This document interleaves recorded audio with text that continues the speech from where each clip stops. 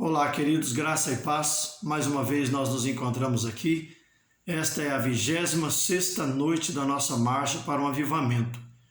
Despertados, encorajados para clamar a Deus e suplicar por um despertamento da nossa parte, pelas causas que Deus requer de nós, que façamos, que vivamos e que nos empenhemos dia a dia para que esse avivamento venha trazer coragem, capacitação, uso dos dons e que nós façamos da Igreja de Cristo um lugar aonde as pessoas possam ser curadas, saradas, despertadas, levantadas para um plano proposital da vontade divina, pois afinal a casa de Deus é o lugar onde as pessoas se achegam com tantos problemas. Aliás, ali não é lugar de pessoas perfeitas, mas é o lugar de Deus aperfeiçoar-nos dia a dia. E por isso nós somos convidados a estar na casa de Deus, convidados a andar e caminhar em Deus.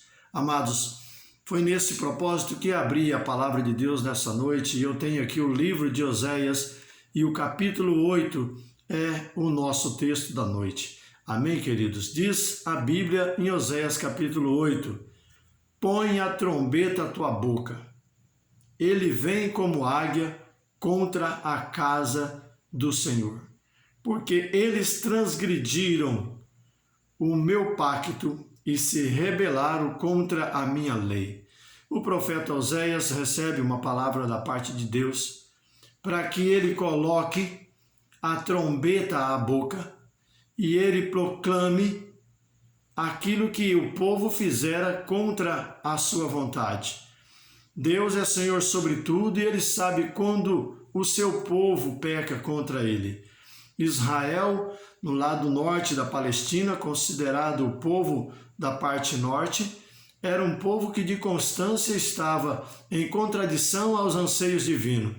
E esse texto de Oséias, principalmente profetizado e dito ao povo de Israel, não ao povo de Judá, ao lado sul da Palestina, mas ao lado norte, falando a respeito de um povo que tinha um comportamento diferente do povo do lado sul, que era Judá. Esse povo, por muitas vezes, prevaricaram contra o nosso Deus, fizeram o que era contrário. Não deixa de ser também um tipo de comportamento que a igreja, até então, às vezes realiza e faz nessa instância, e até uma palavra para Deus nos despertar e chamar-nos a atenção a respeito de que Ele vem e coloca a palavra como trombeta em nossa boca para avisar-nos a respeito dos nossos pecados, a respeito do pecado do povo de Deus, para que nós nos rendamos e para que nós acreditemos que Deus, de fato, Ele tem olhos para ver todas as coisas e que Ele tem tudo registrado no seu grande livro. Veja que o profeta diz, põe a trombeta à tua boca, ele vem como águia contra a casa do Senhor, porque eles transgrediram o meu pacto. Pacto é uma aliança. Pacto é algo feito, realizado entre duas pessoas, e Deus fez um pacto com o seu povo, fez uma aliança com o seu povo, mas em meio à jornada de fé, o povo prevaricou contra Deus, quebrou o pacto, desalinhando este pacto, essa aliança realizada entre Deus e os homens na ocasião do texto relatado aqui. E às vezes isso sucede na casa de Deus, quando nós temos uma aliança, um pacto com Deus, e por conta das nossas prevaricações, dos nossos erros, desleixos e as nossas falhas com Deus, nós quebramos um pacto, uma aliança feita com Ele para conosco também. E a Bíblia diz que eles se rebelaram contra a lei divina. No versículo 2 a Bíblia diz, e a mim clamam, Deus meu, nós, Israel, te conhecemos. E às vezes não deixa de ser diferente à medida que nós, como povo de Deus, também dizemos, Deus, nós te conhecemos, Deus, nós sabemos quem tu és, Deus, nós temos te conhecido, nós temos visto os teus milagres e as tuas proezas. Tanto quanto eles disseram, falaram, não é diferente, queridos. Muitas vezes nós colocamos o nome de Deus na boca, mas nós não fazemos aquilo que Deus nos manda, aquilo que Deus nos ordena, e nós acabamos por quebrar um pacto, uma aliança que Ele fez conosco desde quando nascemos em Cristo, desde quando viemos para o Evangelho, desde quando somos considerados como os filhos de Deus.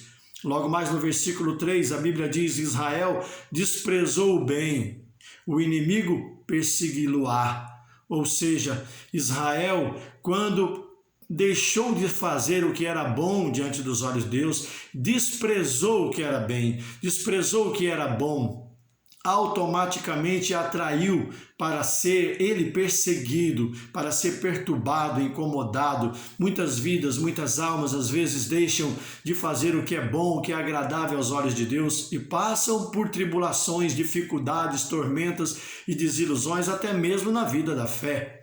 É possível, quando nós abandonamos a Deus, quando nós deixamos de fazer aquilo que é bom e que é bem diante dos olhos divinos, nós passamos a dar permissão ao nosso adversário. Infelizmente, essa é uma verdade bíblica, que nós não podemos fugir dessa realidade.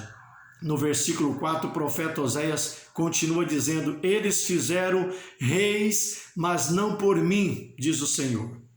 Eles fizeram seus reis, eles fizeram seus príncipes, mas não era do agrado de Deus aquelas figuras, porque fizeram segundo os seus corações e não segundo o coração de Deus. Às vezes nós fazemos esse tipo de comportamento, tomamos esse tipo de atitude de fazer reis para nós mesmos, de montar os príncipes, de colocá-los diante de nós para eles realizarem as suas coisas e as suas obras em prol de nossas vidas, mas Deus não está nessas coisas. Deus às vezes não colocou o dedo nessas coisas para se fazer. Nós tomamos essas atitudes como homens, como pessoas, e até mesmo dentro da casa de Deus e sendo intitulados como os filhos de Deus. Veja quanto eles erraram, mas quanto nós também temos errado em nossa conduta, em nossa maneira de vida.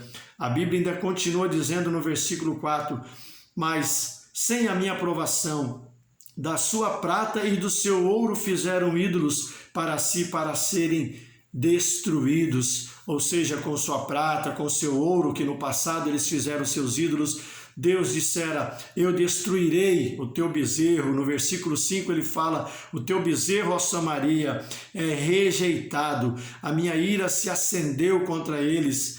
Até quando serão eles incapazes da inocência? Ou seja, a ira de Deus estava ativada contra o seu povo que fizera da sua prata, que fizera do seu ouro um bezerro, e eles ali adoraram esse bezerro. Deus se constrangeu com a atitude deles trocarem a pessoa divina por um bezerro feito de ouro, a qual eles se prostraram e adoraram e disseram: esse é o Deus que nos tirou do Egito. Uma mentira, uma farsa. Fizeram isso contra a santidade de Deus, e é o que às vezes, como igreja, como filhos de Deus, às vezes cometemos, fazemos esse tipo de coisa, trocamos, pegamos o dinheiro que Deus nos dá, as riquezas que Deus coloca em nossas mãos e trocamos ela e fazemos dela um Deus para as nossas vidas. Passamos a idolatrar os bens que têm colocado em nossas vidas.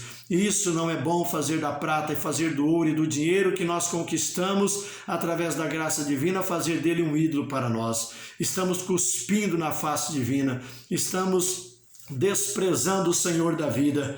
E o profeta continua dizendo que não serão eles incapazes da inocência, ou seja, colocando diante de nós um entendimento para que até quando nós seremos capazes de produzir inocência. Nós precisamos ser capacitados a produzir inocência em nossas vidas, porque Israel deixou de produzir inocência em suas vidas, mas prevaricaram, partiram para um lado obscuro de suas vidas, longínqua de Deus. Portanto, no versículo de número 6, ainda de Oséias 8, a Bíblia diz: pois isso procede de Israel, um artífice o fez, e não é Deus, será desfeito em pedaços o bezerro de Samaria. Ou seja, um artífice, um construtor para aquele bezerro, alguém que pegou o ouro, moldou ele e fez um bezerro. Não foi Deus, não era Deus e nunca será Deus. As riquezas que Deus nos entrega é para o nosso benefício, é para a nossa vivência nessa terra,